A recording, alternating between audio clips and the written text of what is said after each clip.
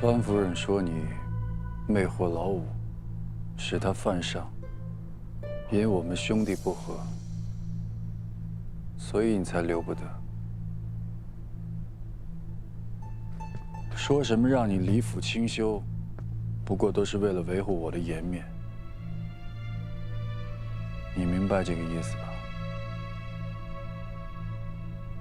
出府了之后，千万不要在外面乱嚼舌头根子。府里的东西都在这里了，我可以走了吧？这件衣服是府上的吧？布料也都是府上的吧？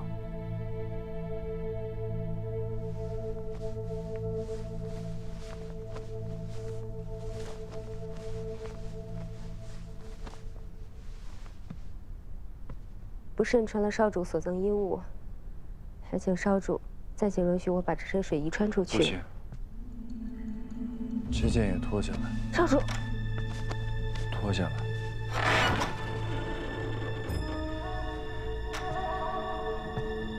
这套礼衣是我送给他的。郝家，你可以走了。多谢夫人。我看谁敢！我说让他走，你们都先出去吧，我有话私下和嫡长主谈。是。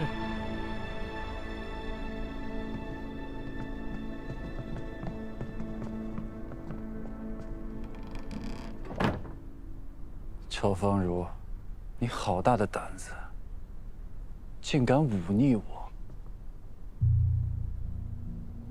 少主，我爹在代川长着20几座矿呢，偶尔忤逆一下丈夫，别人也会劝丈夫体谅的，不是吗？你一直不希望我能够怀上嫡长子，所以只能偷偷的在我的茶里面去放药。你数着黄历，等着自己继位之后，就想把我给休了。如今你我已经是名牌了，不如就这样相安无事的过下去吧。毕竟你也不能炸了我家的矿吧。所以还请少主和我一样，一日一日忍耐下去。你我就这样相看两生厌。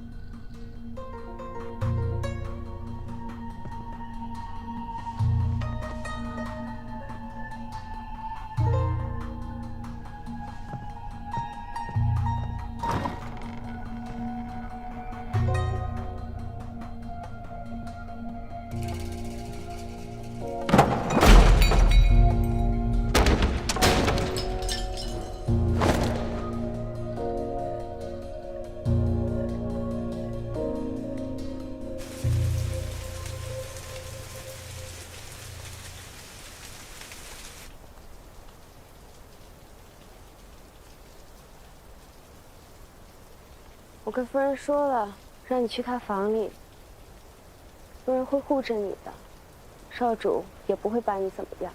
侧夫人，明明也想跟您一起走，可小人的身契在内务厅里。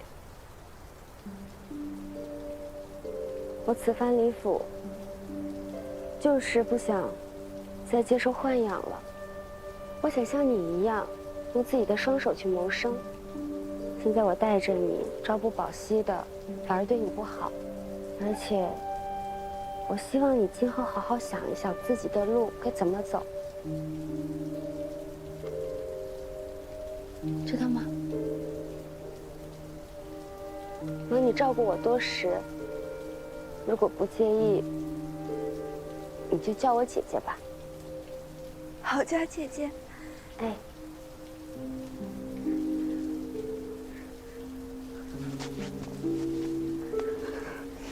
姑娘既已让我叫你姐姐，便是平等待我。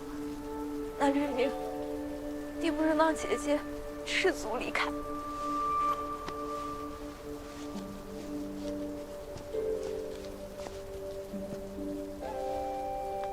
今后的路，姐姐要自己走了。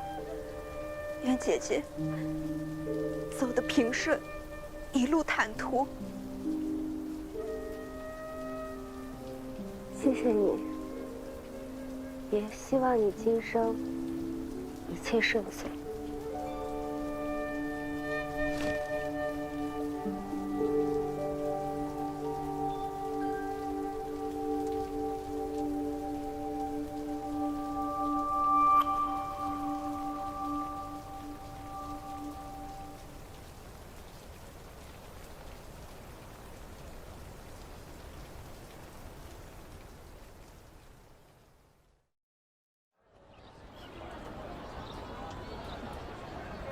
菜来啦！来，郝佳，你总算是出来了，你可得多吃点。这也太丰盛了。唉，真是太谢谢你们了，帮我想办法逃离了那个地方，让我可以顺顺利利的把长乐接出来住。郝佳姐姐，大家都是这么要好的朋友了，就不要总这么客气。来，郝佳，欢迎你，谢谢。恭喜你脱离苦海，祝你以后海阔凭什么来着？海阔凭鱼跃，天高任鸟飞。吃菜吧。吃大声。倒着。郝佳姐姐，以后呢，你就在这酒楼安心的住下，你的月子餐就包在我身上了，保证把你的身体养得白白胖胖。哎，干脆我们酒楼就推出一个月子餐如何？好呀，我们可以开一个孕妇和孩子可以置办东西的铺子，不光有孩子用的，还有孕妇和生产后的妇人坐月子用的。就借着月子餐和铺子，向大家普及孕妇的必要知识，让大家重视起来产后气郁的问题。关注孩子的同时，也能关注孕妇的情绪，这样才能母子平安、健健康康的。我同意。好，我也同意。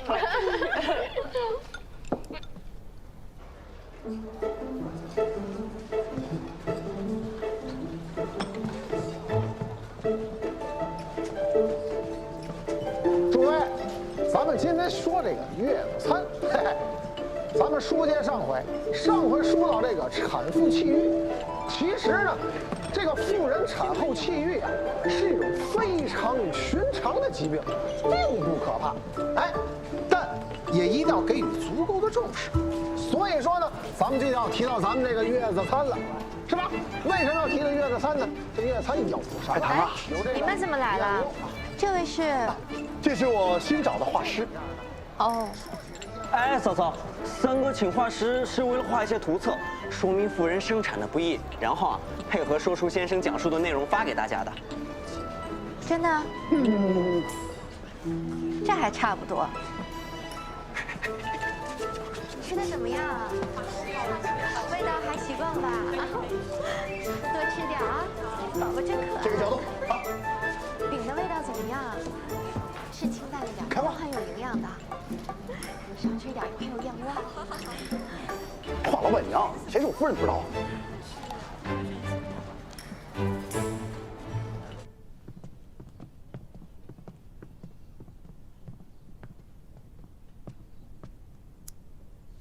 夫人找我。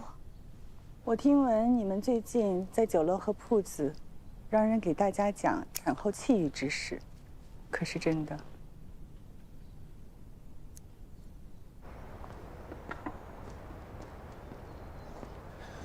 少主，少主，哎呀，您可回来了！一大早啊，侧夫人就被何夫人召见进宫去了。有说什么事吗？没有啊。夫人恕罪。我们这么做，是因为经历了郝家姐姐的事情之后，才明白女子生产是多么不容易。若不能让人知道产后气郁之严重，不知道有多少女子会像郝家姐姐那样，痛苦无人问津，只能以死作结。同为女子，我也想为旁人做些事。但凡有一人因为这件事情受到了优待，那便不枉。我也没有怪你们，只是事关新川宫颜面，现在已经有人知道郝家的事了。若是闹得人尽皆知，传到主上耳朵，免不了要降罪的。是我们疏忽了。罢了，眼下呢，主上未有所闻，我呢也全当不知。但今后你们需要谨慎，真闹大了，怕是我也帮不了你的。多谢夫人。来帮我浇点水吧。是。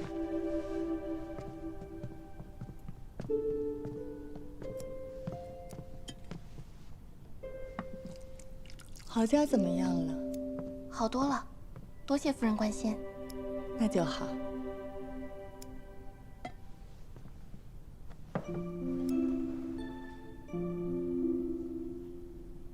当时因为郝家姐姐的事情，来宫里求见过您。您嘴上虽然不答应，但也帮我们向川主求了情。此事还没好好谢谢您。我也不全是为了帮你，误伤其类罢了。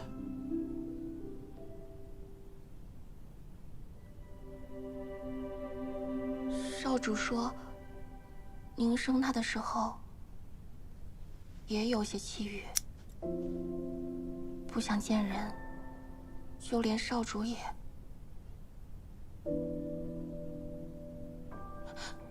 是我失言了。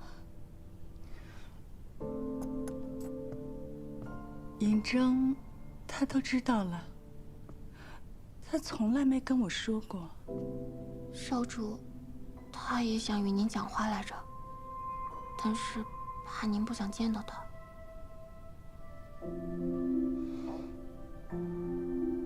是我很对不住他。当年我年纪尚小，就稀里糊涂被送来大选，进了宫还要生孩子。我自己还是个孩子，就要当母亲，很是害怕。后来看到我辛辛苦苦生下来的孩子，跟我长得一点都不像，还整夜啼哭，弄得我无法入睡，整夜的熬，头发大把的掉，感觉自己一夜间就老了许多。我没有能力照顾自己，更没有办法把他照顾好。他越哭，我就越想逃，到最后就变得不敢见到他。久而久之，变成了亏欠他。见了郝家姐姐憔悴的样子，我大概能明白您当时有多么的煎熬。女子要当母亲，为了孩子是要舍弃一半自己的，这不是一件易事。或许应该放过自己了。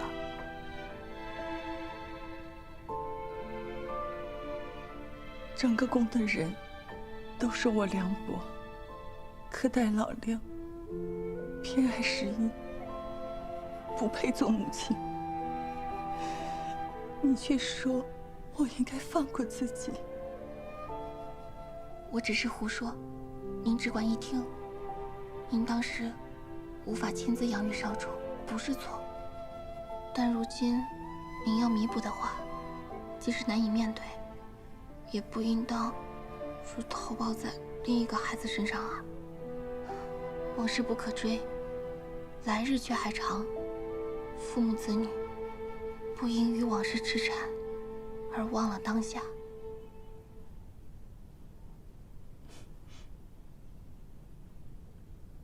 母亲，你怎么来了？来了，就坐会儿吧。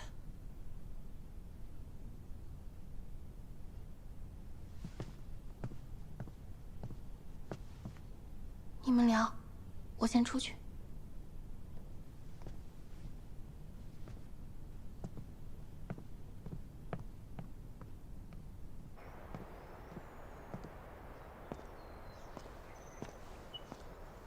侧夫人同何夫人讲完啦，那我们先回去吗？他同夫人讲完，肯定想与人说说话。我们等等他。小人觉得，少主为侧夫人做了许多，但其实一直都是侧夫人陪着少主的。他这个人呢，看着什么都理解，什么都不在乎，但其实是把事儿都藏心里了。有时候解决问题得快刀斩乱麻，想太多只会消耗自己。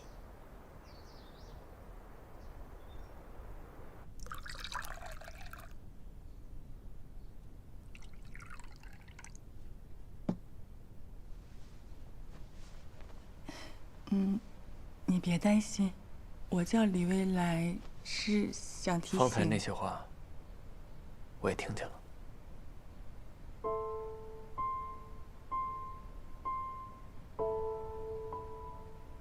外人都说我不是一个好母亲，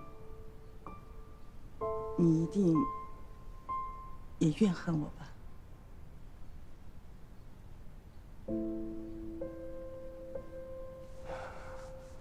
但最近发生的这些事情，让我能理解您当时的情况。我听闻我母亲当年险些自缢，也是因为我。不是因为你，你只是个孩子，能有什么错？都是我的问题，我该同你道歉。也不是母亲的错，你也不必再为过去自责。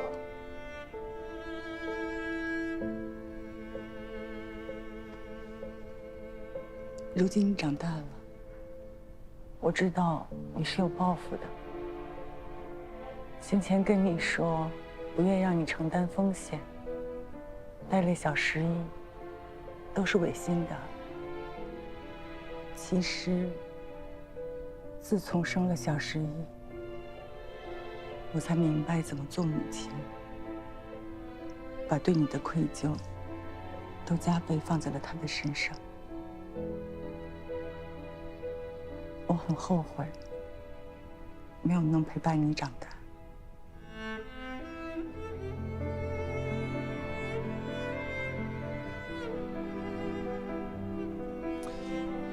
其实母亲也不必后悔，现在弥补也来得及。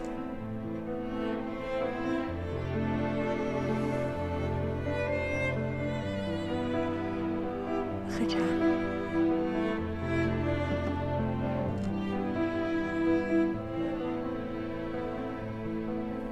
呀，蛮好，哎，糖人啊，糖人，糖人，糖人，糖人。年少时对母亲心怀怨怼，没想到如今得到了一句抱歉。这么一想，已经很多年没跟她好好说过话。多谢。我也没做什么。你做的已经很多了。那我想要一个糖人。可以。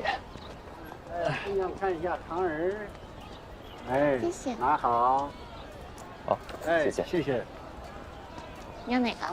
我要。这是劳。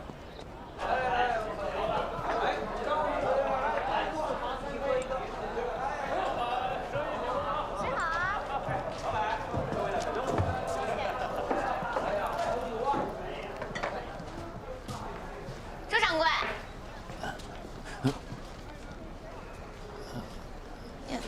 怎么了？出什么事儿了吗？东家，这是刚刚收下的，我验过了，油印的不假，但版面是错的。您看这印花，还有这字体，都是略有不同啊。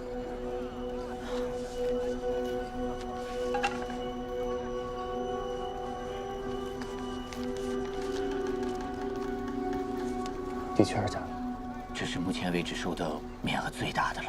面额最大啊？还有呢？时不时的老有，尤其进士居多，也有客人说咱们找假币给他，最后只能兑换铜钱给他们。我怕日子久了会越来越麻烦的。这箱子会有假币，没想到会这么多。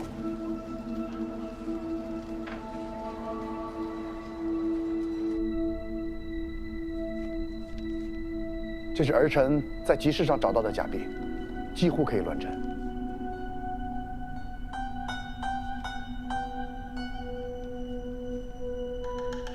父亲，自假币出现以来，户政司一直都在彻查，只是如今市面上的假币还不算多，暂时构不成什么威胁。儿臣认为，应防微杜渐，尽快彻查。这是我们户政司的事儿，与你何干？是顾命老六与会同意的。几张假币虽然引不起什么风波，但背后牵动的却是整个行川的。户政司领一队人马立即彻查。儿臣领命。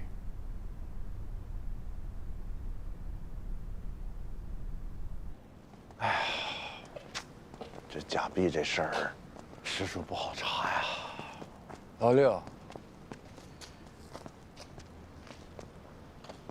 你可知道，手伸得太长，容易为人斩断。若不是真的印刷版外流，假币不会放到如此程度。方才我没有说你户政司疏于管理，致使腰间外泄，已经是给足你面子了。三弟，要是我没有记错的话，户政司的印刷版是你的人在管吧？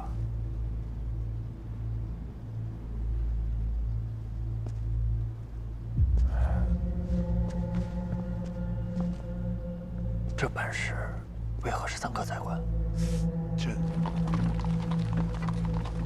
这开始不是我管的，后来二哥说他事儿多，就交给我了。他这是在给你下套啊！你不会真的认为老二会掺和假币的事儿吧？可就那点力，他也瞧不上啊。当初设计版式也是用了心思，没那么好放。若不是拿了真版，很难做到这个程度。当务之急还是要阻止这假币在市面上流通。是。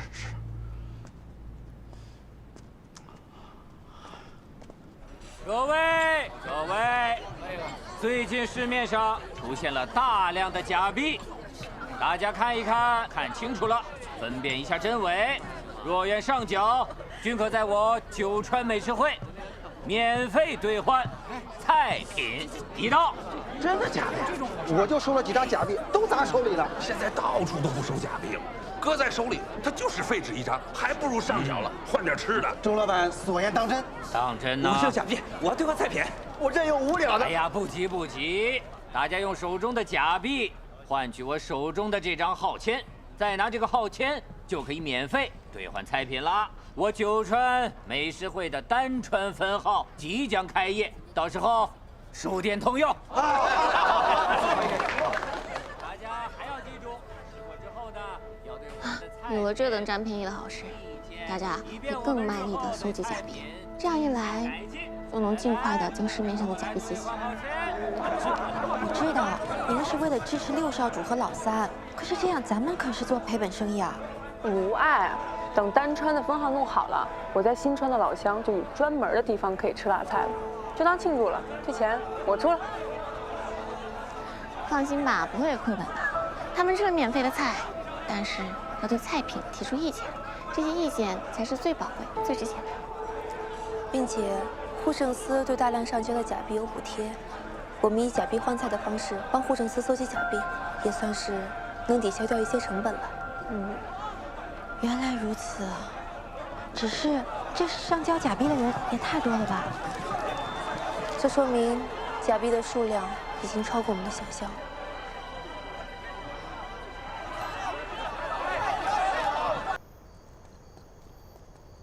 看看，这是这几日九川酒楼收上来的，这新币刚发行多久，这假币就这么多，我算是看出来了，这二哥根本就不想管这事儿。我想跟父亲说，让你来帮我。若你能劝说父亲同意，那我自然会尽力。这你说的，不许赖账啊！好，我这就进宫。哎，不用送我了。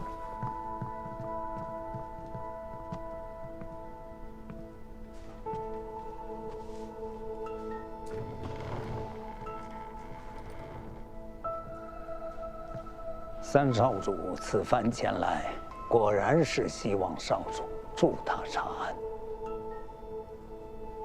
下官劝了这么久了，不希望你参与此事，少主却执意如此。就算查清了假币，护政司也不会落在少主的手里。彻查真相的美名只会落在三少主头上，事情却是你做的，弄不好还会弄个越权的名头。这新币是民生，没有好处也要做。若只为了自己那3分利，就没有实属，只剩账册了。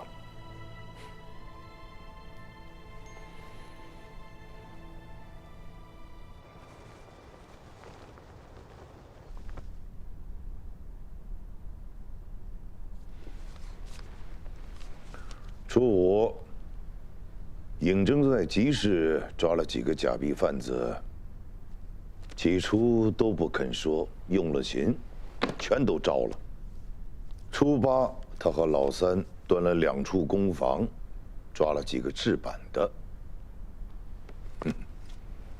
初9就起了底了，他们都说认识一个走私贩子，叫陈曦的。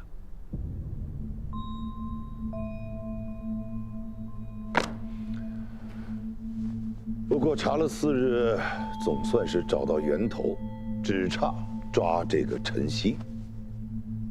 你是怎么回事？父亲，尹征用刑酷烈，听闻对印版贩子用了实刑。他已经跟姑说过了，没真的用，就是把这些人埋在土石里吓唬一下。税粮都给了，人一个都没死。父亲，那也是酷刑啊！嫡长主，你是想叫姑心传刑律不成？儿子不敢。假币的事，姑就交由尹征来处理。你若是始终处理不好护政司的事儿，就与老4一块儿去治理。父亲，回去好好想想吧。是。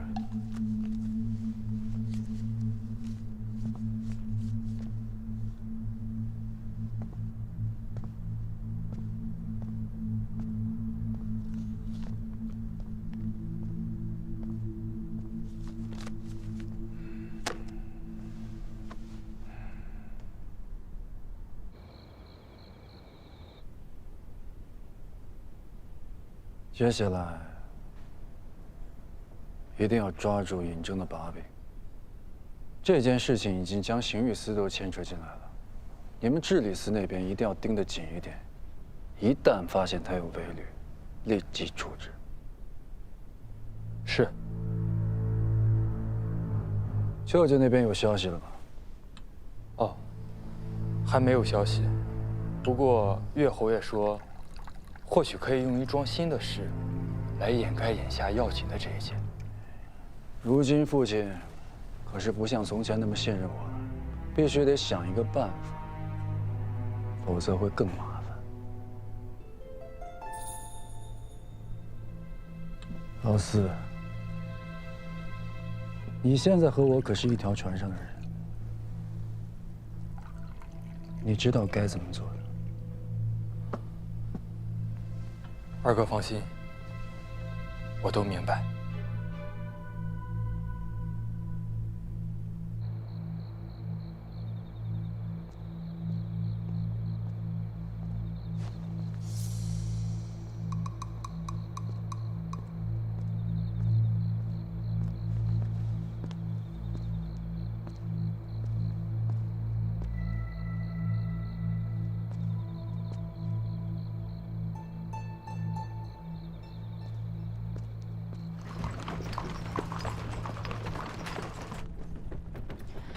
这件事情情况复杂，你不要贸然的掺和进去。当然，我最要向二哥献殷勤，但我没想过要把自己搭进去。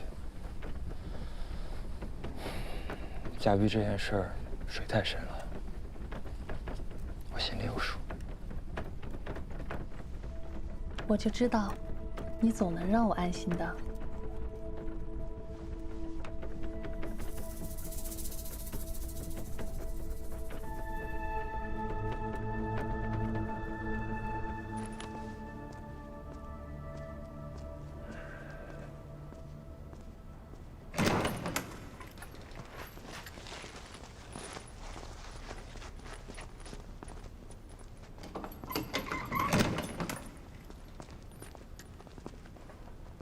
老四这次倒是敷衍啊，我以为他会有什么大动作，结果治理司就写了几封弹劾，说你用酷刑，再就没了。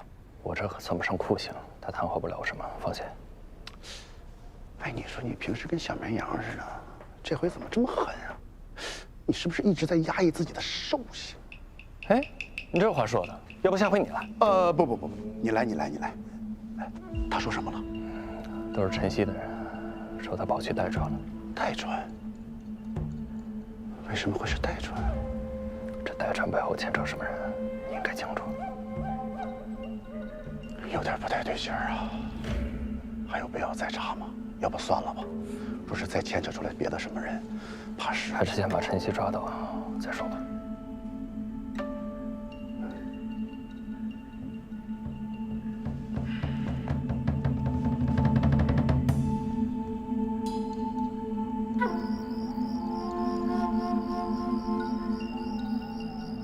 此处语出行传，你只管护好自己周全，其他的事情我自有办法。你呀，日后必有前程。日后，我可等不到日后。您答应我的，莫非您忘了？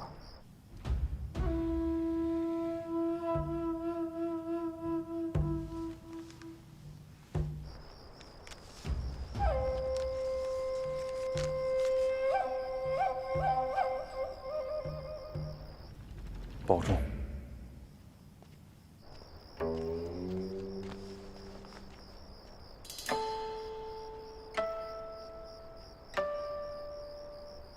务必在天亮前赶回都城。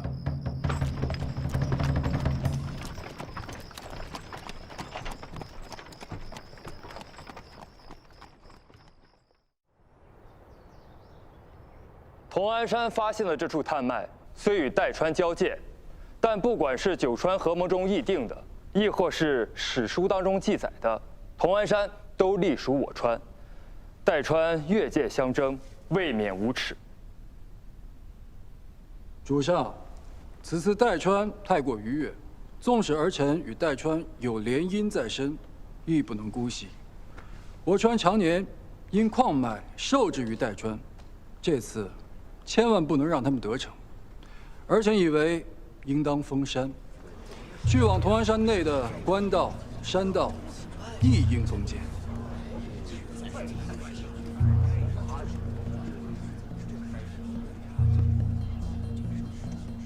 主上，童安山与三川交界，恐怕还需要六少主以九川事务司的名义告知两川。是。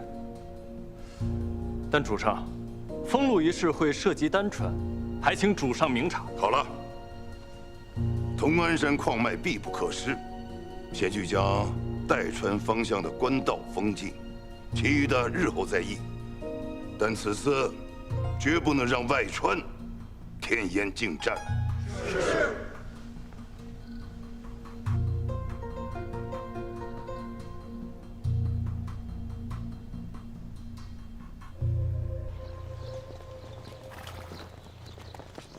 要去很久吗？不会打起来吧？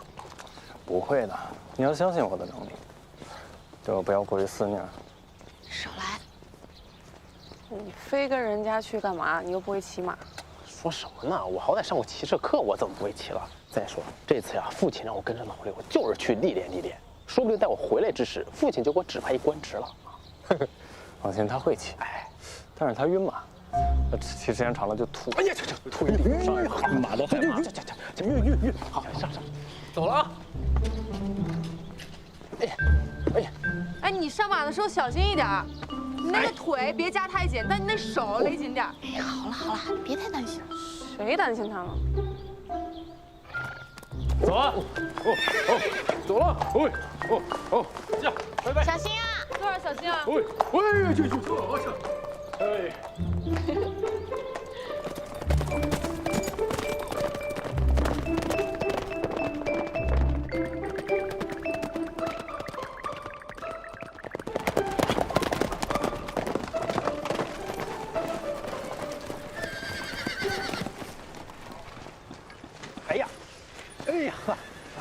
哎呀，真不错啊！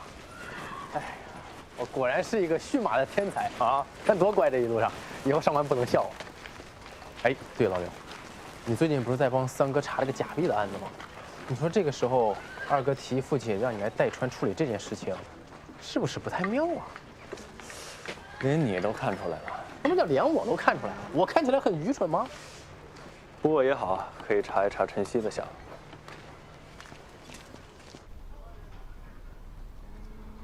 这洛河镇挨着丹川，还请去信让丹川主派兵帮忙看守，这样不会影响两川百姓的生活。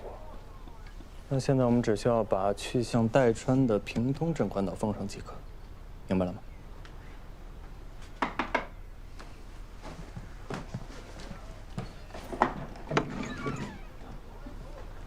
哎，你不是丹川那个女官吗？拜见二位少主。敢问究竟是为何要派人将洛河镇的官道全部封锁？明日起就是洛河镇茶马节，丹川东北州镇都靠这几日的茶马市役养活。如今闭锁官道，恐怕会影响百姓生计呀。你这消息从何而来？信川都城加急送来的敕令。不是，难道是我记错了吗？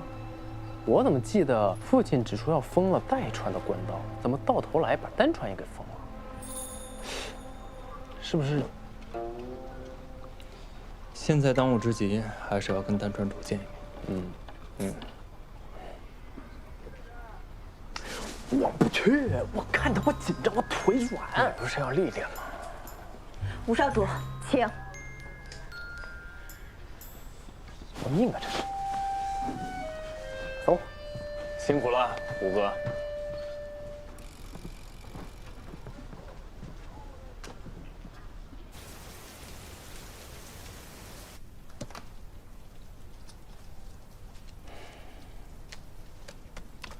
封路的公函已然发下去了，以老六的性子，会作何决断？让父亲签发封路公函，就是给了他一条死路。若按制行事，这点时日可不够他来回请示的。弹劾的折子已然备好，待老六动作的消息传回，随时都。二哥放心，够大的。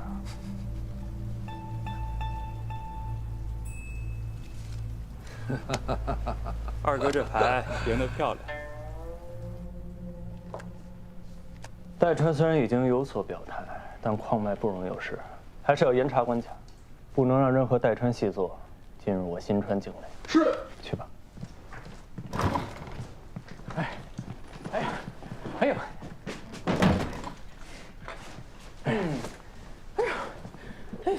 五哥，你这风尘仆仆，行色匆匆，看来事情解决了。丹川主怎么说？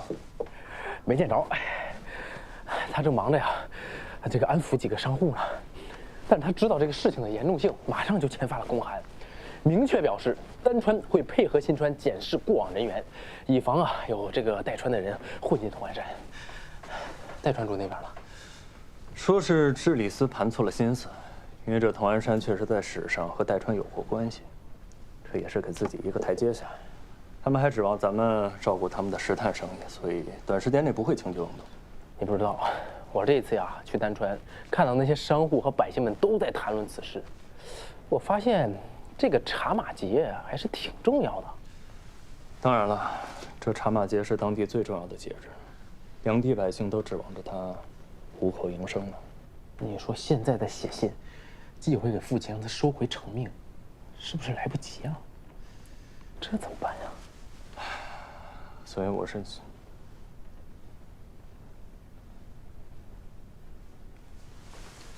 吴哥，你怎么想？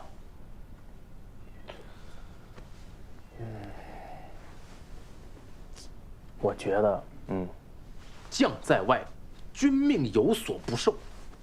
莫不如咱们先放开官道，然后再给父亲请罪，你看如何？你这不是爱屋及乌吧？老六，这是民生问题啊，什么爱屋及乌，这是大事儿，民生问题啊！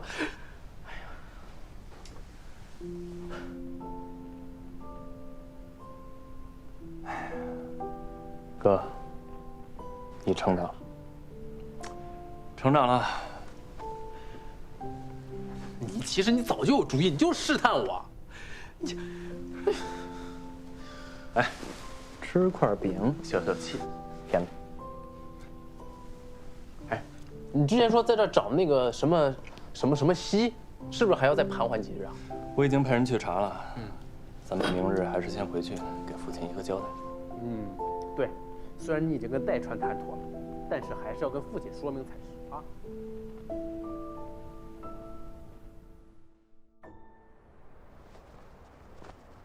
六少主递上请罪折子，说给丹川放行是为民生，可此举置本川利益于不顾，更是僭越独断，理应重罚。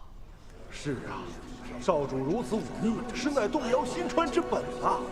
对呀，新川少主怎可偏袒外川？这个可少主也是为民生着想啊！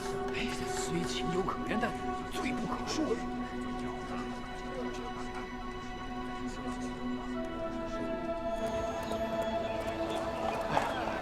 上官总说要去这个游历江湖，你看这一路，以我现在的马术，我肯定不会拖到后腿。这样，我先进宫见父亲。哎，你说，父亲不会反对给丹川通路这事儿要保矿脉吧？你这样，我先去酒楼找上官啊，等会儿见。行。啊，走。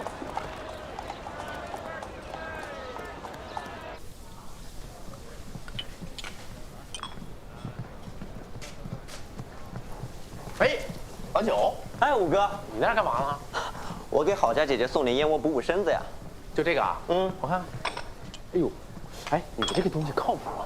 当然了，又不给你吃，哪来那么多问题？就是问问，你这东西要真不错，你也给我点儿。就那么一点，我特地给郝家姐姐准备的。哎，你不是刚从代川边境回来吗？你怎么不进宫，还跑酒楼来了？你最近来酒楼来的也太勤了吧？我勤吗？啊。有人天天在这儿，我不来这儿，我见不着人呢。我谁呀？不是，你该不会还对郝家姐姐有什么想法吧？你可别对不起五嫂。你胡说什么呢？你在这儿？那你总来酒楼干什么呀？别跟我说你是来看五嫂的，谁不知道你们两个感情不和？行，你看啊，你说让我别对不起上官静，又说我俩感情不和，合着什么话都让你说了。那你说郝家姐姐出府。宫里也有人传跟你有点关系，就算你不喜欢五嫂，但也是定下的姻缘了，你得收起那点花花肠子。谁跟你说我？不是你是哥，我是哥呀，你还在那儿，你在这长篇大论。行，你忙，我回去。我是这么好。哎，上官，上官，上官，哎呀，上官，哎，上官，五少主，新川主有请。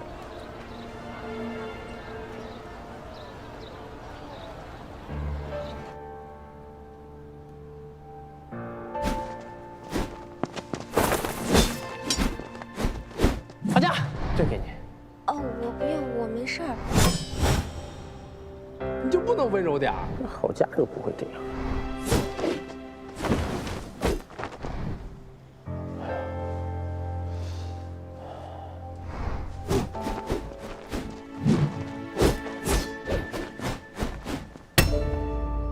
郝家姐姐出府，宫里也有人传跟你有点关系，就算你不喜欢五嫂，但也是定下的姻缘了，你得收起那点花花肠子。下去吧。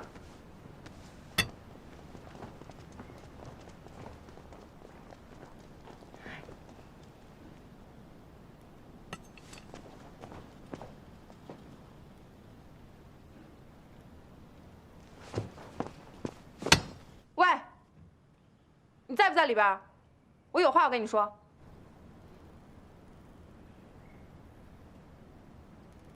你今天跟老九说的话，我全部都听到了，我心里很在意。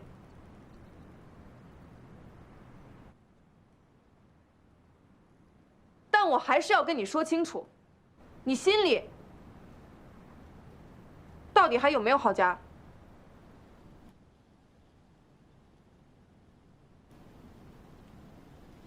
我跟你说话呢，尹琪，你听没听见？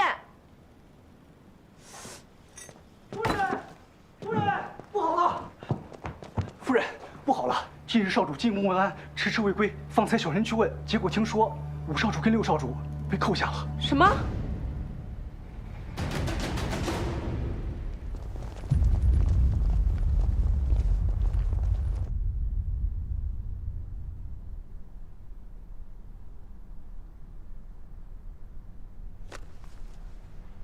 这一本治理司弹劾6少主不遵敕令，擅自给丹川放行，僭越独断。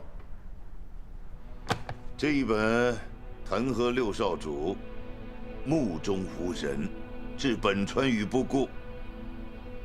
户政司弹劾6少主对丹川主谄媚，罔顾矿脉。集市中弹劾6少主忤逆，不遵定制，先斩后奏。孤竟是不知，你胆子这么大，儿臣不敢。封路一事事关民生，时间紧迫，所以儿臣斗胆倒行逆施。老六，你的请罪折子，孤都看过了。你要说此事是因为你一人所为，孤定然不信。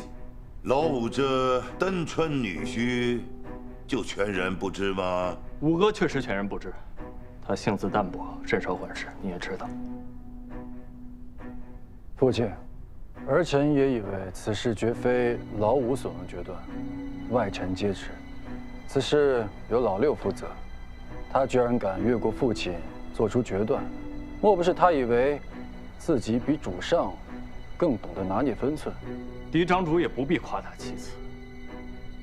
主上，丹川主已经同意会严查关卡，不会让任何代川探子入境。老六啊，那你有没有想过，孤为什么要在茶马节开始之前封禁官道？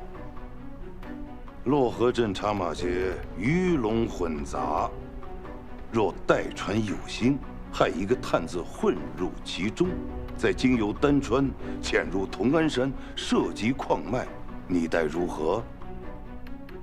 这些你是不会想不到的。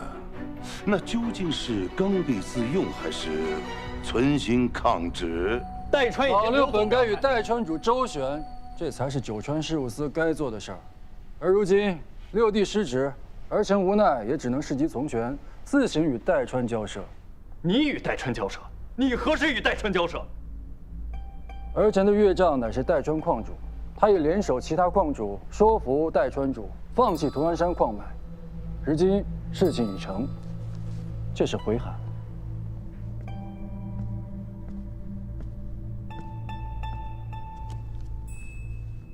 看来代川主早就已经想明白了，同安山是我川领地，他们不该觊觎。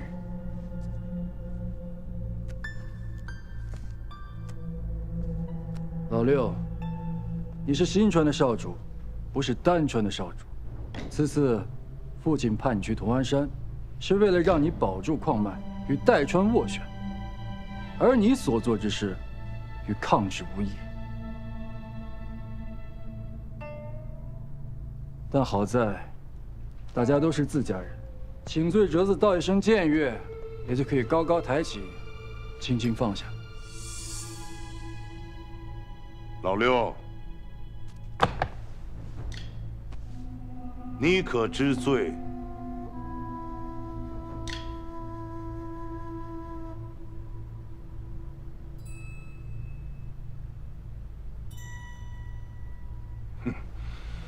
僭越之罪，当撤职查办，罪责另行处置。明日起，你就不用去九川事务司应卯了。哎，父亲，不可呀，父亲！老刘确实与代川多次交涉，而且2度撤职，众人会如何看待6少主啊？父亲，请父亲明鉴。其实，撕扯丹川路禁的是我。这跟你有什么关系？儿臣是丹川主的妹婿，急于维护一界，才私自做了决断。老刘什么都不知道。父亲，老五，你撒谎，也要找几个合适的理由。你们同去同安山，你听令于他，没有他的指令，你能决断？我怎么不能？没有给丹川通用的指令，我都敢放行，我还会怕老六不同意我吗？父亲，此事与5哥无关啊！父亲，此事确实是儿臣一人所为。如果你要罚，就罚我吧。父亲，老六什么都不知道啊！父亲，好了，来人，在，将5少主、6少主拖出去，杖20，关入监室。是。父亲，你要罚就罚我一个人吧，老六什么都不知道啊！父亲，父亲，老六真的不知道，父亲，父亲。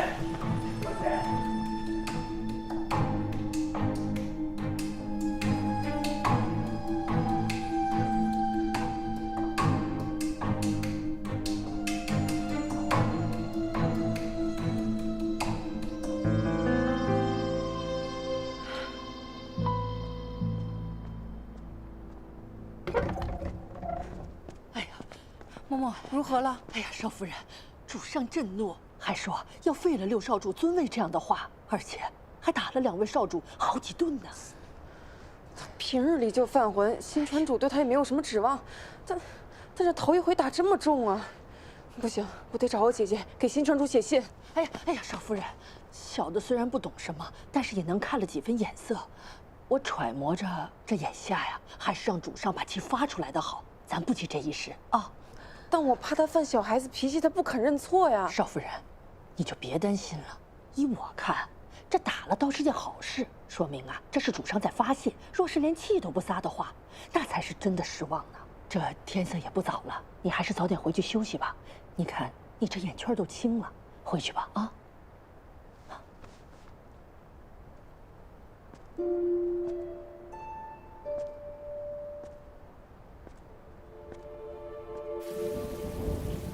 我就不明白了，他俩明明做的是好事，怎么反被人利用，还上了罪名？小人听说，本来都把5少主摘出去了，可一听主上要治咱们少主的罪，这5少主一着急，就说事情都是自己做的，真不知道后面会有什么结果。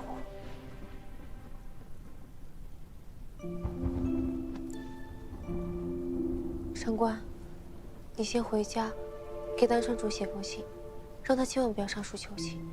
僭越这事儿，最是犯了忌讳，再有外传说效，更是容易让人抓住把柄。还是先摸清楚事情始末才好。事无定论，若是妄自揣测，只会自寻烦恼。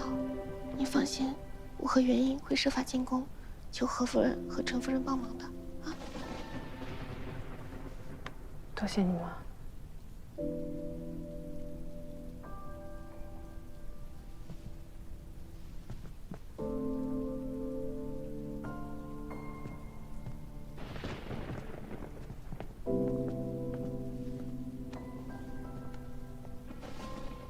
会好的。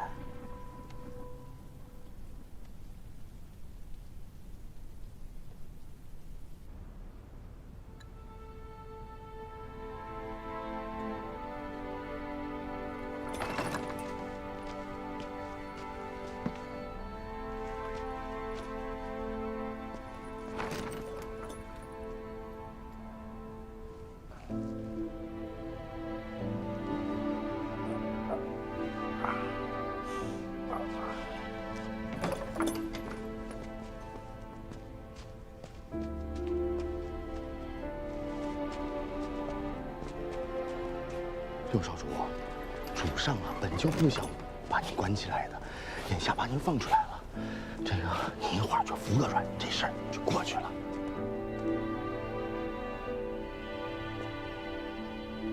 主上作何决定？吴少主应该是难逃责罚了。刘少主，您可要顾全自身啊！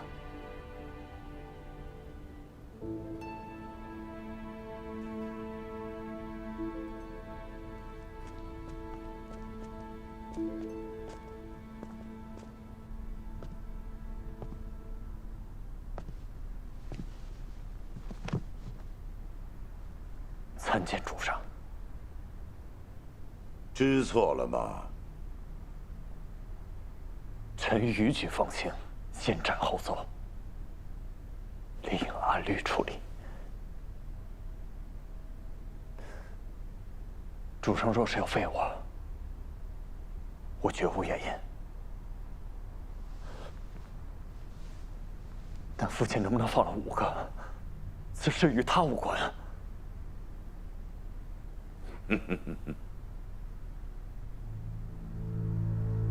认罪，但不知错。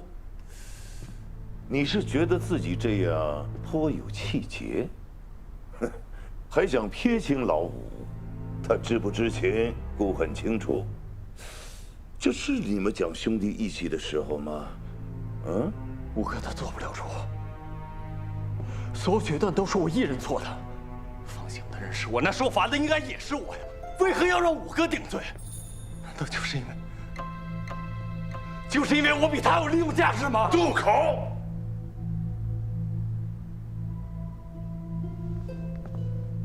你是就这么想自己的父亲？姑可真是待你不薄。你可知这短短半日，弹劾的折子像雪片一样送入宫中，老五已经亲口承认是他自己所为。他还是丹川的女婿，说于此事无涉。这满朝文武，谁能相信？可忤逆的人就是我，不是他。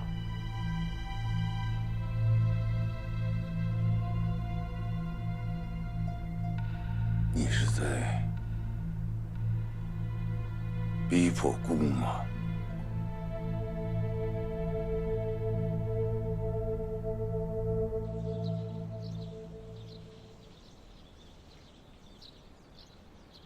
老四，你又输了。二哥怕是要把我下个月的俸禄也收入囊中了。那现在就给你个机会，让你把以前的俸禄全都再赢回去。那二哥这次想赌点什么？就赌老六吧，看他能苟延残喘到几时。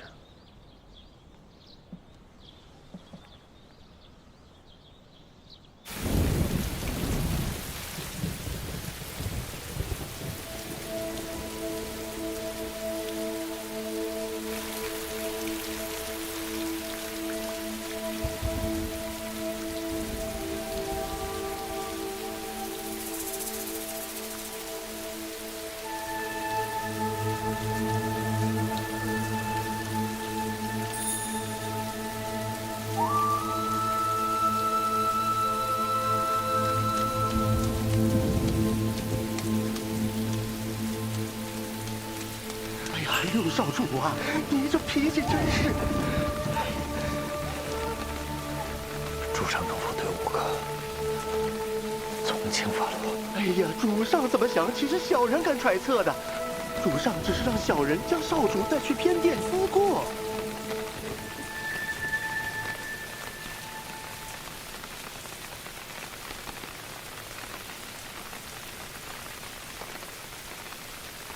那麻烦主官帮我带句话给主上。玉镯成器，但以此为器，不以为人，貌合神离，重器去之。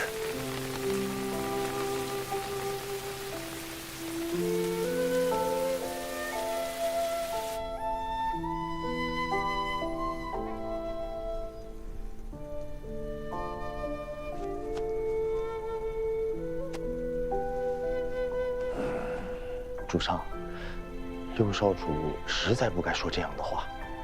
主上想用他激一激嫡长主，这也是为兄弟者分内的。他呀，就是担心五少主有点昏了头。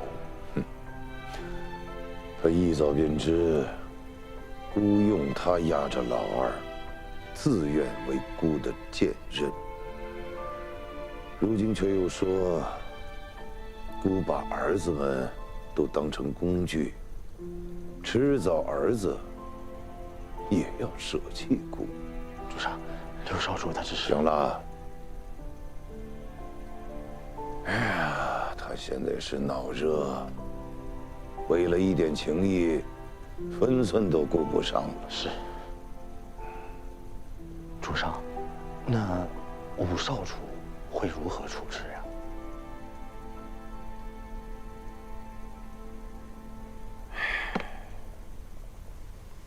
知礼司又送来好些弹劾折子，终归要有个交代。僭越的罪行，老六万万担不起。可老五，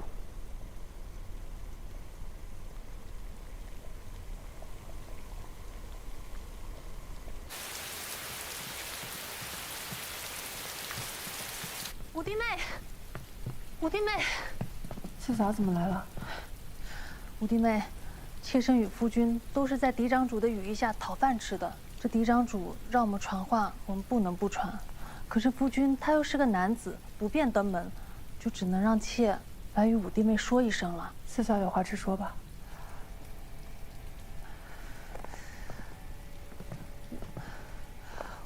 五弟现在性命垂危。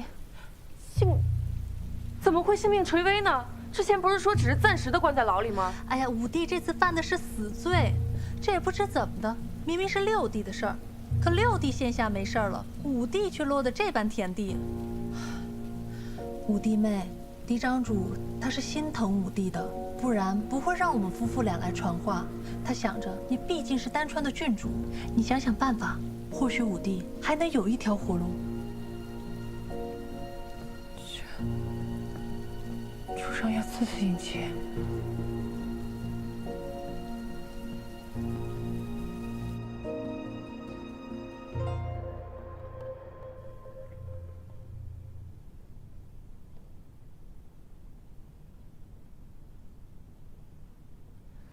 先前你们递帖子进宫求见，都被退了回来，可见主上也没有想好如何处置。既然现在放你们进来，该是有了定论。白日里，老六已经被提了出来，眼下正在偏殿压着。只是这老五，在牢里一点动静都没有。丹川主那边有消息吗？上官已经问过丹川主了，他们的做法本来没有问题，也是为了维系两川和平。嬴政他们早就和代川那边谈妥了，只是二少主抢先他们一步捅了出来。二少主夫人都不知道此事，也没来得及知会我们，就到了现在这个地步。陷阱虽不高明，但却有效。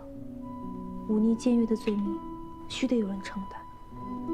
这罪名扣在谁的头上，都是监禁一生的罪过。主上绝不能同时折损两个儿子。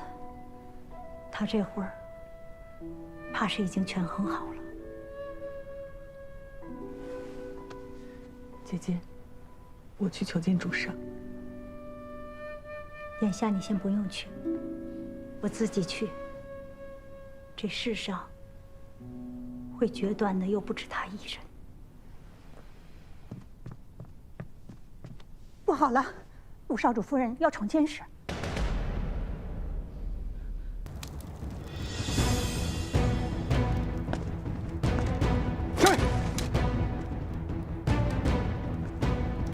是五夫人。夫人，让开，我是来救人的，不想伤人。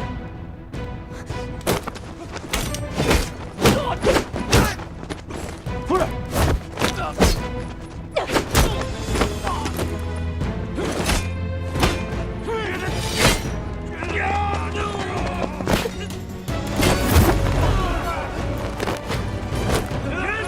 黄夫人到！长官，别打！你们怎么来了？何夫人来了。把刀都放下！谁准许你们对丹川郡主动白刃的？新川主要赐死殷勤，我要带他离开。郡主慎言，你冷静点，主上绝不会下此旨意。关心则乱是临阵大忌，仔细想想，有没有中别人的道？武帝这次犯的是死罪，明明是六弟的事儿，可六弟现下没事了，武帝却落得这般田地。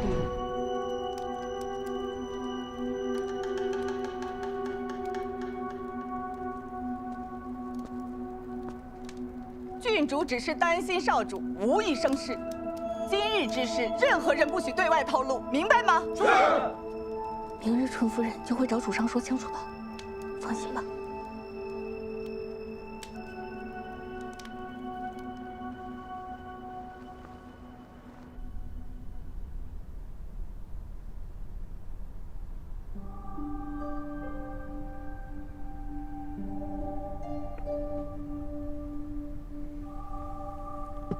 主上，喝点茶吧。他在外面候了多久了？回主上，已经有2个时辰了。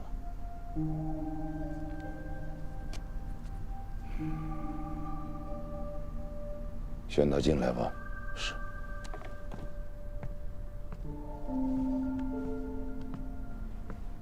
纯夫人，请。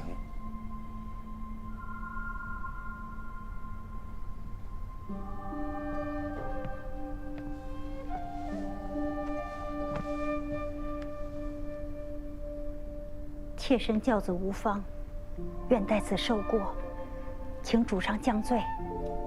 老五的事与你无关。不，是妾之过。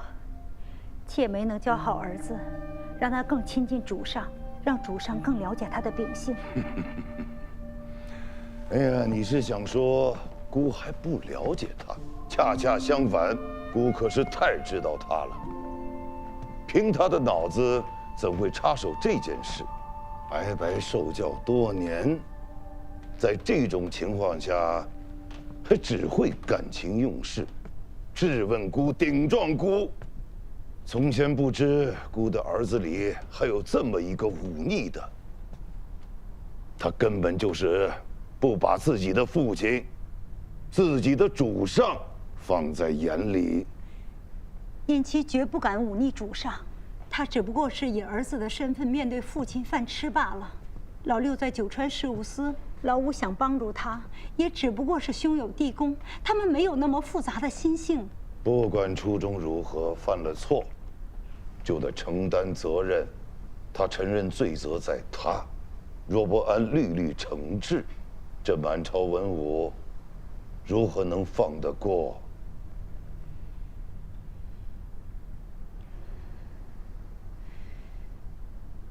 偃期他没有能力为新川效力，就请贬他为庶民，放他离开吧。但求主上看在父子的情分上，不要囚禁他半生。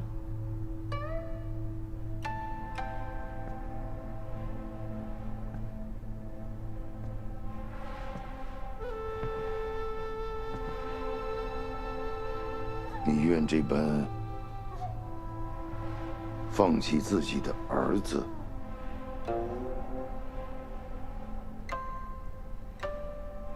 偃期没有能力，只有善心，本就不适合朝堂。如今犯下大错，就让他离开吧。妾已经没有更多的愿望，只盼他平安。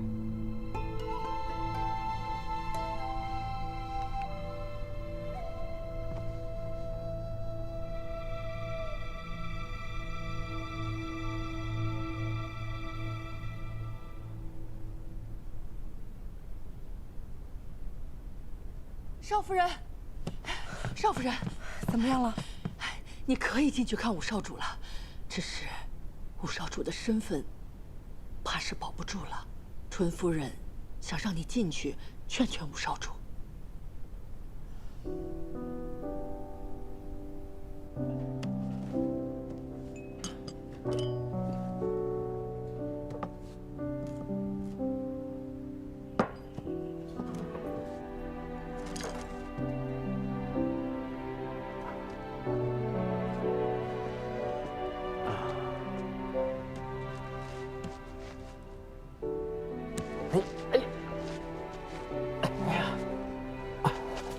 上官，你怎么来了？纯夫人去求了新川主，让我来见一见你。啊，但只有1炷香的时间。父亲把老六提走了，怕是要放弃我了吧？新川主心里还是知道你的，但现在朝臣议论四起，非要有个定论才成。但他已经答应纯夫人了，不予重罚。只让你以后远离朝堂，做个庶民。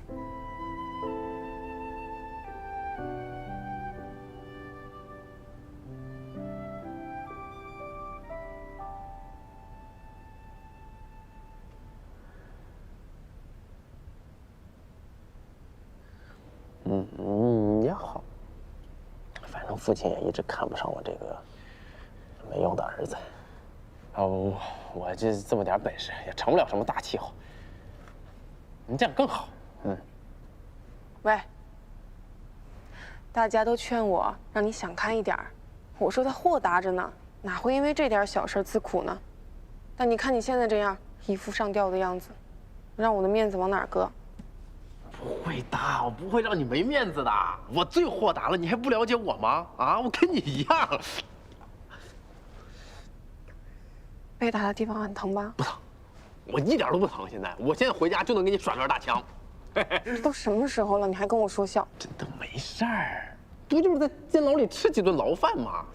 我跟你说啊，咱们新川千百年来有几位少主蹲过大牢啊？你想想我多特殊啊！行了，你别皱眉了，丑死了。才丑。对了，给你带的，差点忘了。甜的。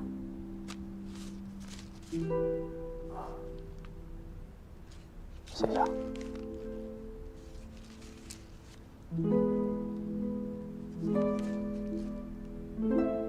甜吗？我不吃，这是我给你带的。尝一口，甜啊。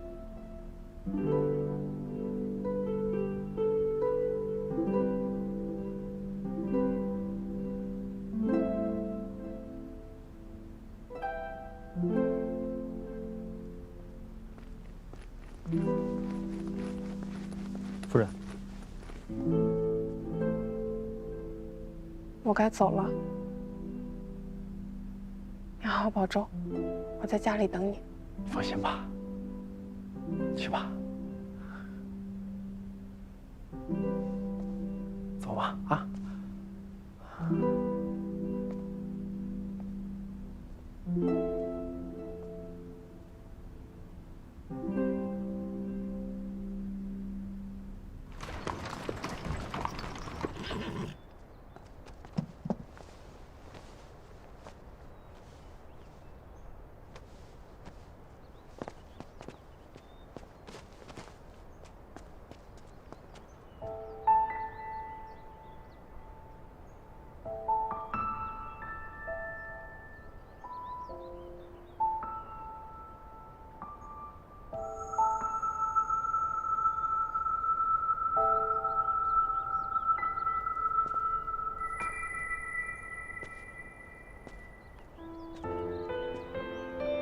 少主回来了。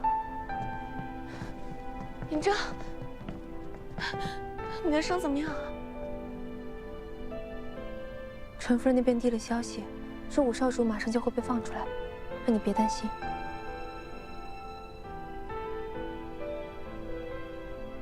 废除的指引应该很快就会下来。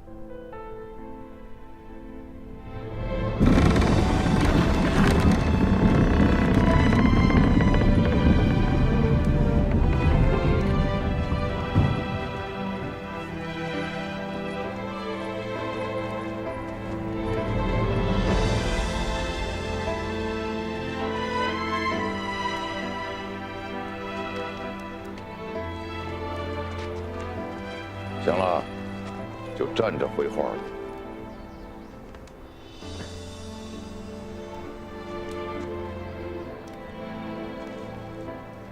看你这副神情，心里很不服气。孩子有没有做错？为何要负？你也读过书，也学过道理，为人臣下，你还没错。父亲已经放弃儿子了，如今草民不再是人臣，君臣可以不讲道理，难道父子间也不可以吗？孰是孰非，父亲心里很清楚，无非就是要选一枚妻子，仅此而已。简直是荒谬！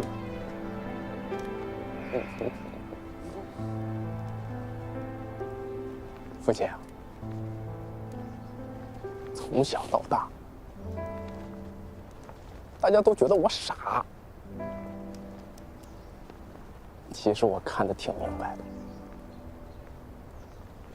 旁人的几句话，挑唆父亲去忌惮老六，但是他有用啊。父亲只好选一个没用的儿子当了妻子。说天下怎么会有这样的父亲？外人可以只谈利弊，但是家人怎么可以不论对错？你死！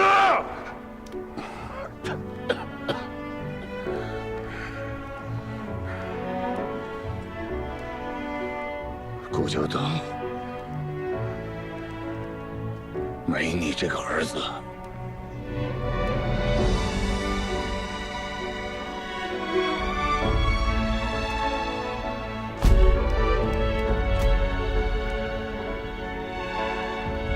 谢父亲赐罪之恩，谢父亲不杀之恩。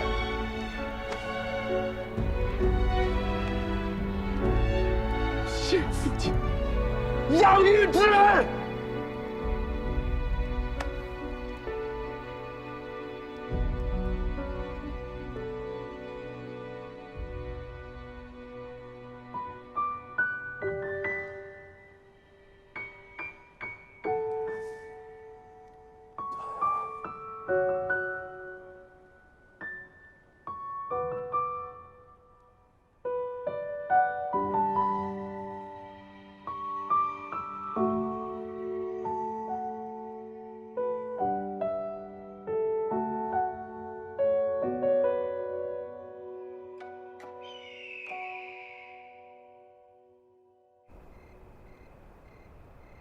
七儿，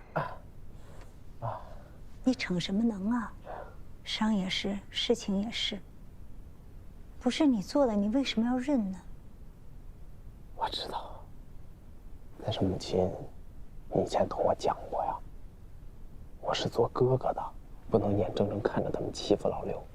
我从小便有母亲护着，他身边连个人都没有，这种时候我得护着他呀。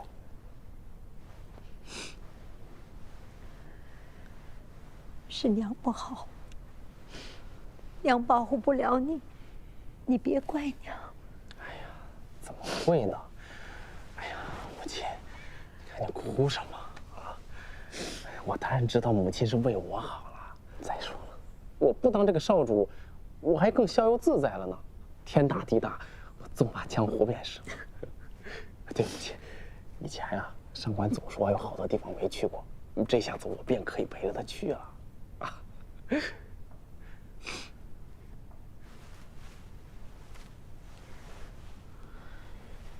母亲，你有什么话，直说便是了。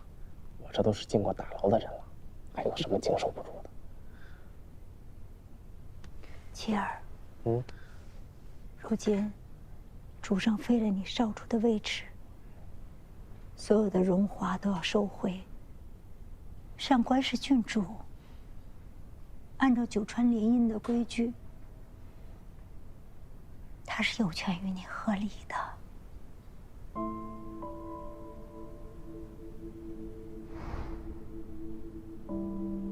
郡主，如今五少主被废黜，按照九川合盟定下的细则，你有权与五少主解除姻亲关系，你可以随时自由地返回丹川。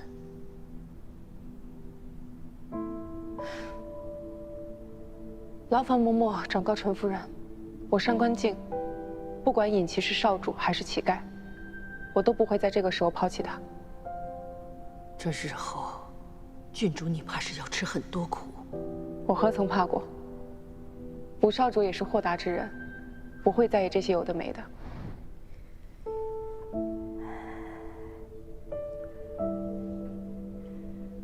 一直都传说你们夫妇不睦，常年分居。如今看来，还是有几分情谊的。我倒很开心看到这一幕，你不至于沦落到孤家寡人。可她毕竟是别人家的女儿。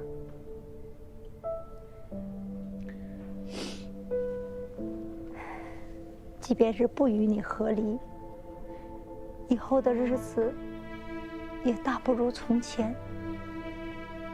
那你们怎么过下去？是不是还得商量着看呢？嗯，我知道，他真的说要对我讲义气，不能丢下我。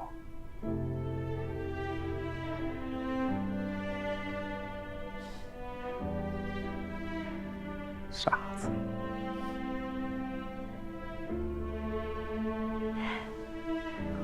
没事的，母亲啊，没事的。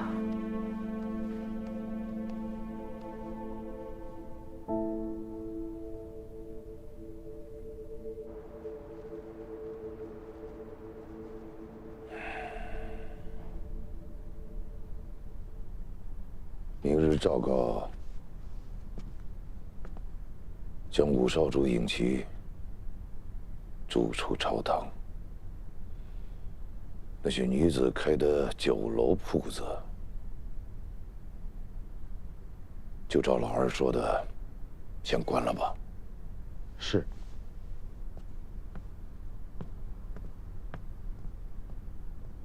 天下怎么会有这样的父亲？外人可以只谈利弊，但是家人怎么可以不论对错？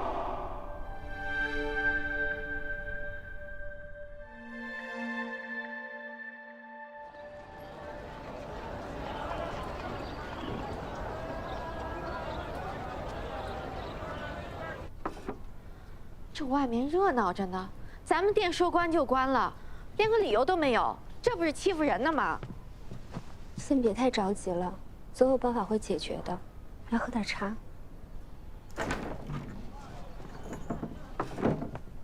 你们回来了，到底怎么回事啊？啊？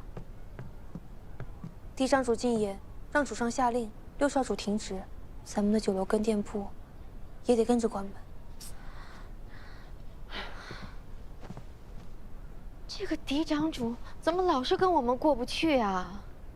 他一直忌惮尹征用这酒楼拉拢外省的人，所以才……他娘的，这个王八蛋怎么还没死呢？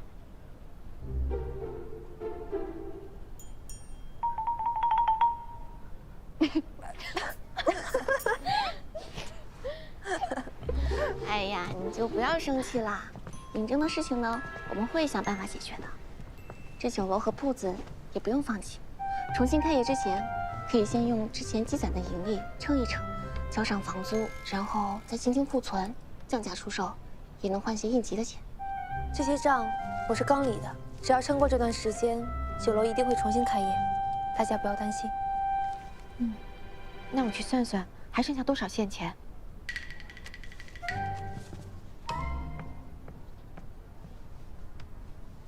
好佳姐姐，你身子还未痊愈，就不要操劳了，也不要生气，回房好好歇着啊。我身体好多了，这段时间也多亏大家的帮忙照顾。现在出了麻烦，我想帮忙，所以有事情大家一定要跟我说。真想把尹松抓起来，打爆他的狗头。稍安勿躁，你们府现在已经很不容易了，若是你再闹起来，还是会将丹川给拉下水。君子报仇，10年不晚。等这一切尘埃落定，再动手打他也不迟。怎么打，打几次，下手多重，我都已经计划好了。想的挺多的嘛你，厉害。消消气，喝点茶吧。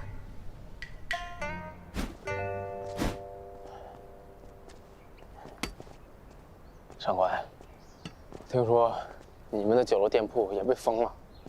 是啊，这要是在我们丹川，根本不可能发生这样的事情。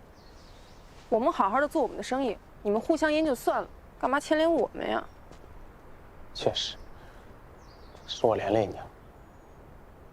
不是，我不是那个意思啊。不好了，不好了，出事了！少主、少夫人，怎么了？宫里来了旨意，说呀，五少主穴位下放，按照惯例得搬出卓园。内务府啊，已经派人来清点了，十少主还亲自来了呢。把这些东西都给我清出去啊！我二哥可说了，这院子呀，以后就留给我开府哟。哎，把东西都给我放下！上官郡主还是这么的威风。可如今你们家老五啊，已经不是少主了，宫里要把这卓园清出来，这是规矩。怎么，你们家老五忤逆犯上，你也想试试啊？我是不是少主，你都得唤我一声五哥呀。清理卓园是内务府的事儿，你凑什么热闹？清理卓园是内务府的事，跟你有什么关系？我的天！哎，你都这样了，怎么还端着呢？我是奉我二哥啊嫡长主的旨意，为的就是防止某些被开除少主级的阿猫阿狗啊，他赖着不走。再给我说一句，怎么着？还想动手是不是啊？我告诉你啊，上次酒楼那事儿我还没找你们俩算账呢，我跟你们俩计较。今时不同往日，你们家老五现在什么都不是，你还想跟我动手？你配吗你？是啊，风水都是轮流转的。如今你这么风光，可有想过以后啊？我早就想，我的风光还在后头呢。等我二哥什么时候，你和老六啊就彻底玩完了。知道父亲为什么这么轻易就把你给废了吗？还不是因为你不中用吗？一个被除名的少主，真够你留名青史的。护驾，护驾！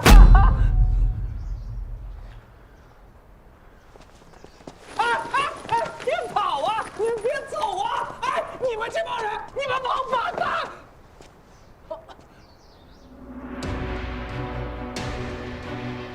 行啊，我不跟你办见识。我母亲是川夫人，我二哥是嫡长主。你个单穿烈马，你还护肤你啊？我告诉你，你们家老五根本就不喜欢你，他喜欢的是郝家那种小可人儿。你看看你自己的样子，不自量力，我真的不知道说什么，整天耍个大枪。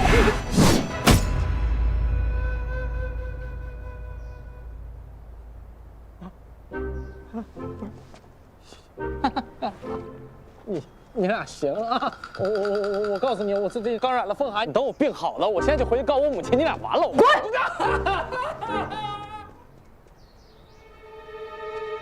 上官，用不着跟他们一般见识，就这样吧。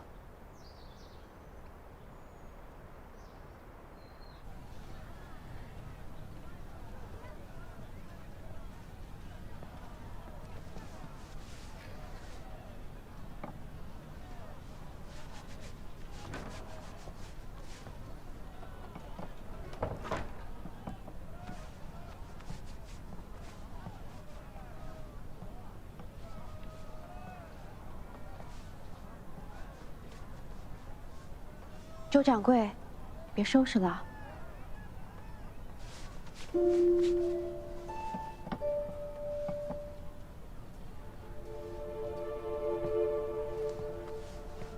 这酒楼还不知道什么时候开张呢。我就想着，每日勤打扫些，到时候万一开张了，也不至于手忙脚乱。这一次和岳侯爷那次情况不一样，这酒楼的前途难料啊。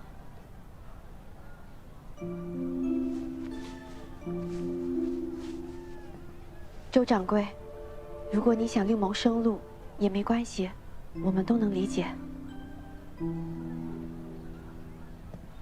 东家，自从几位东家接手了这间酒楼，一直对我都很好，甚至是对我像家人一般。即使都这么难了，也不会对我这种伙计一般的人克扣1分钱。我又怎能干这样忘恩负义的事，在这种紧要的关头只顾我自己呢？真是不知道要熬到什么时候，之前的营收还能撑一些时日，恐怕……海棠姐，上官，这个你先拿着用。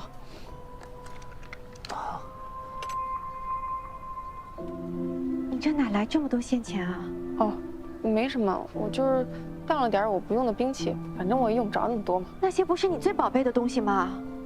哎呀，你就先拿着，你就当我追头了。等再开业的时候，我就是这儿的大东家。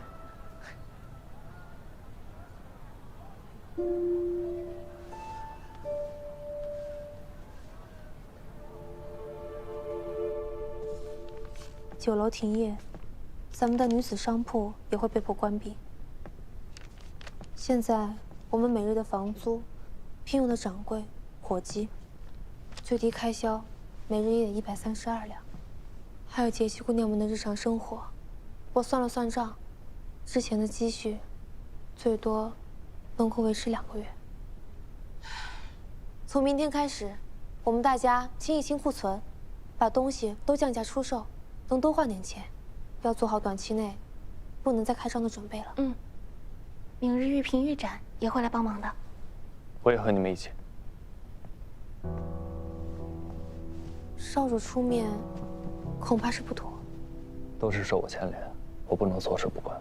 只要有什么我能做的，我也想尽一份力。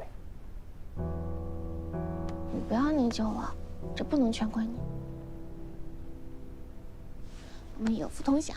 有难也得同当，只要我们在一起，所有问题都可以解决的。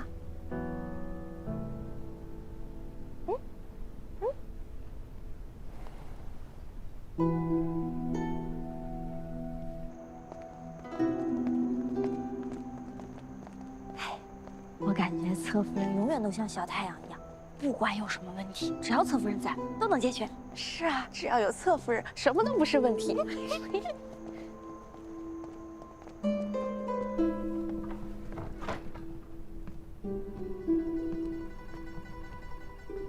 侧夫人，我们明天什么时辰去酒楼啊？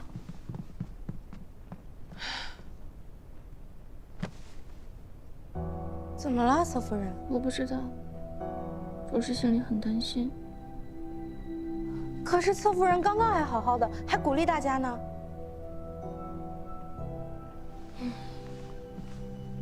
如果大家都这么沮丧着，没有一个人鼓劲儿，那才是真的垮。原来侧夫人嘴上说着不害怕，其实都在心里憋着的。希望这次也能顺利度过。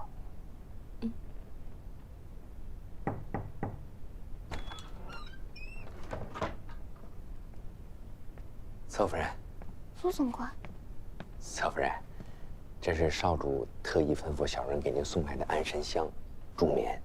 他希望您好好休息，睡个好觉。那我给您先放这，啊。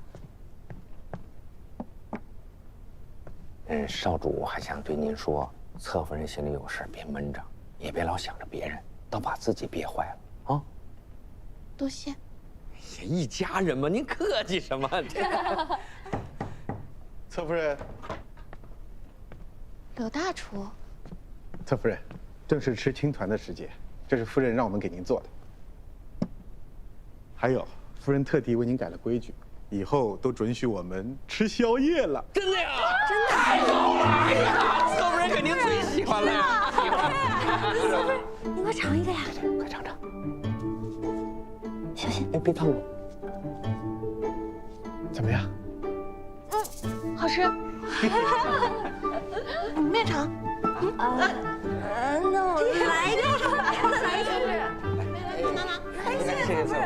好吃啊，刘大叔。甜。还是少主和郡主懂侧夫人。那可不。侧夫人，别担心了，只要大家在一起，什么困难都能过去。什么困难都能过去。哎，以后能吃宵夜了。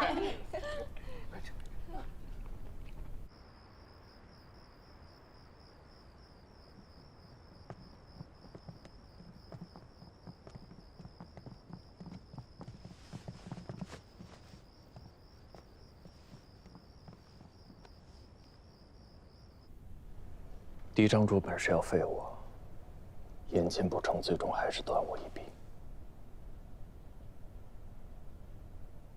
可惜了5个，是我对不住的。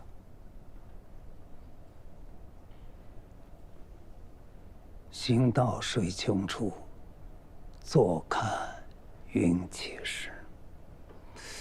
既然主上择定由5少主受过，那就说明主上要保你呀。少主才是那不可或缺的一臂。5少主为了保你，甘负罪责，少主不可辜负。如今的形势，少主比下官更清楚，自责无济于事啊。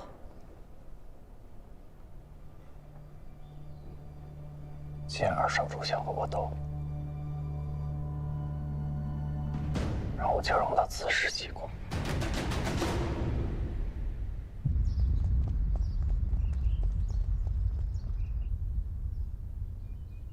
离走龙蛇，力透纸背，这字是越发的好看了。父亲过奖。主上对松儿一贯严苛，为得您一夸，他练字从不曾懈怠。后来上朝也是夙夜忧心，想要为主上分忧。哎呀，你总是在姑面前夸他的好，姑看，在你眼里，你的儿子就没有做错的地方？儿子不敢。妾也不敢。松儿在主上眼前哪敢行差踏错？您的教导，他每一句都记在心里了。是啊，最近户政司的事儿确实办得稳妥，贾碧也收缴得差不多了。几事中都在说庞的桩桩件件都行事周全，确实有几分嫡长主的样子了。姑还有要务，就先回去了。恭送父亲。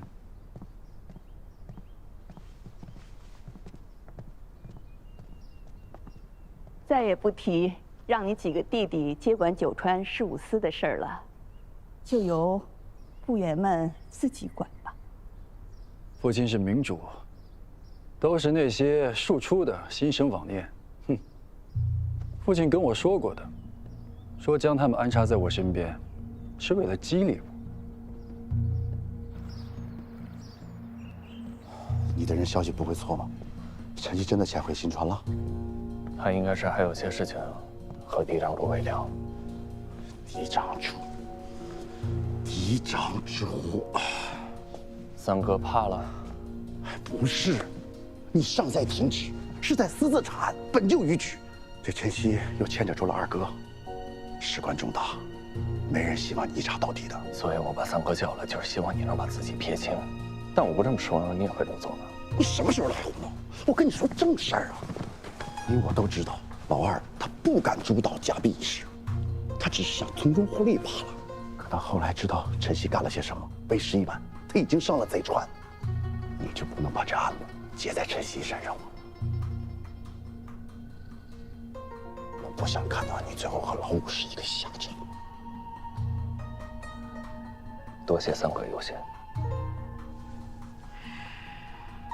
但嫡长主应该为自己做过的事情负责。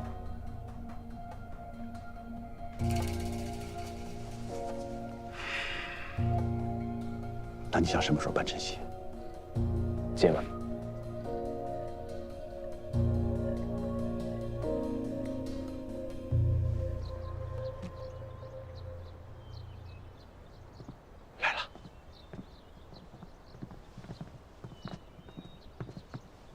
找我？我做了盲品菜，为酒楼重新开业做准备，想让你试试。盲品菜就是用一个密封的容器，例如鸭腹、冬瓜、铜钟等等，把食材包裹起来。客人在没有打开之前是不知道里面是什么的。如若你都喜欢，那别人肯定会喜欢。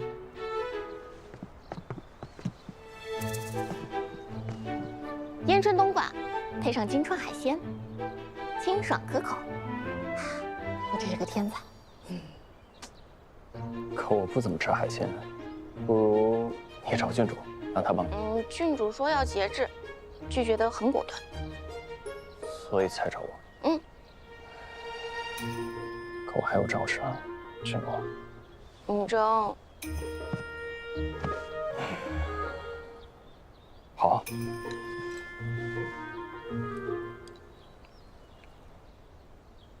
好吃吗？冬瓜提鲜，这方式可以一试，不错。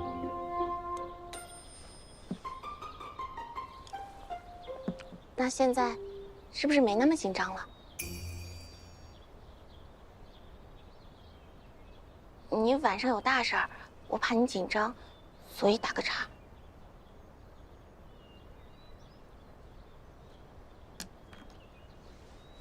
我叮嘱过苏晨，万一我出了什么岔子，不会出岔子的。可我私自查案，就算抓到了人，也有可能被罚，被贬为庶民。你不怕？那这样子好啊，这样就跟我一样了。我的神仙六少主终于要落地成凡人了。你饭量小，我养你没问题的。你笑什么？我家中也是有1亩3分地的。还有鸡、鸭、牛、羊、驴，院子里还有一棵桂花树呢，到了秋天可以酿酒喝。不过你可不能白吃，得干活。好，听你的。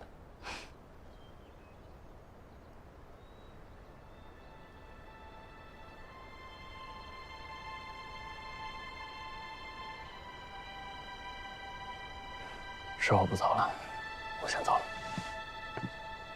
这么大个冬瓜粥，我一人吃不完。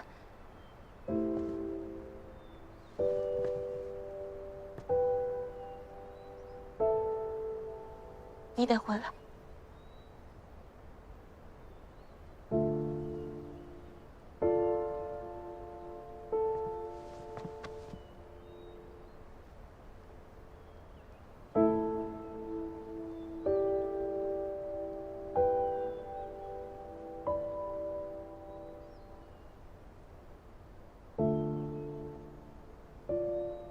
我在家等你。